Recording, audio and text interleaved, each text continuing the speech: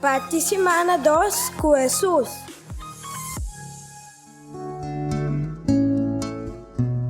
Nós está participando com Isaías 7, versículo 18, 4 e 8, versículo 10.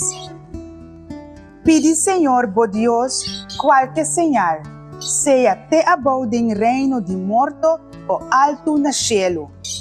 Pero acha a contestar, mintim no de pedir nenhum señal, mino que pone Senhor na prueba. Ahora Isaías avisa, anto escuchador, a boco bo familia descendiente nan di rei David. Boso no a molestia gente basta caba, ku awor boso mister molestia mi Dios tambe? Well, tá bom. Senhor mesmo duna boso señal. Mira, mucha mujer joven lo sale en estado y lo duna luz na hombre. Le llame Emmanuel, Dios conos. Traga plan numa, nang lo fracasa.